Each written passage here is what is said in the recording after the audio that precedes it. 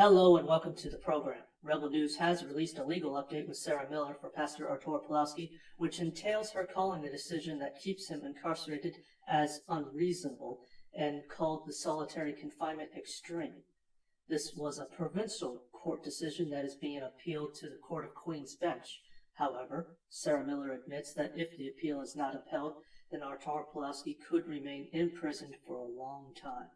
His next bail hearing is March 11th. You may have heard of his crimes. Pastor Artur Pawlowski likes to feed the homeless and observe his Saturday worship services despite the so-called Public Health Act of 2020. Sarah Miller explains that under this act, Artur Pawlowski should have received no worse than a $1,000 fine, which to me is already a steep cost, but not perhaps for this well-loved pastor. And Pastor Pawlowski did receive a fine for feeding the homeless on December 13th of 2020 and attending a protest on December 20th of 2020. That initial ticket has ballooned to a $100,000 fine. Curiously, in connection with those incidents, the Crown prosecution only just this past Sunday, February 27th of 2022, claimed to have their best evidence for bringing charges against the pastor. We have yet to hear about the nature of the evidence, only that these circumstances make me question how the pastor can be charged and jailed before the supposed evidence is in. Pastor Pawlowski wound up before Justice Rook while trying to challenge these initial fines and was charged with civil contempt.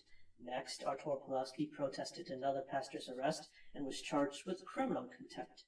And the episode where Artur Pawlowski was trying to get his mail at a local mart yielded a charge of failing to mask and causing a disturbance. This even after obtaining a mask exemption beforehand.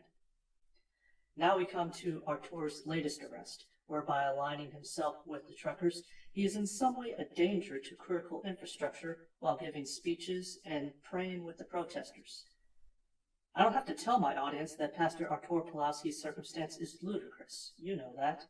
But the legal monolith being arrayed against him is a genuinely dizzying matter, made so by the cacophony of deceit it's all built upon.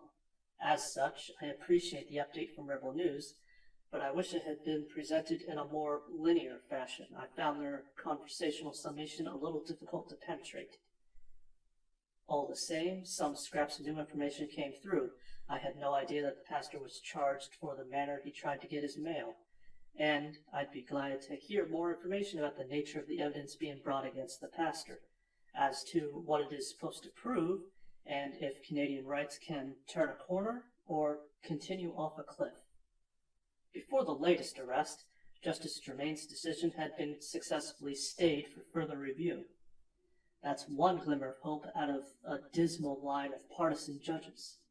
It's long past time all citizens everywhere attend to their local politics and to not allow our victories to be swept aside.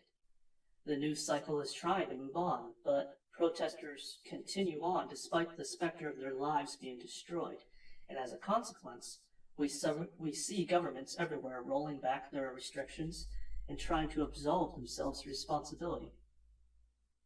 Are we really going to let them do that? Stop the program.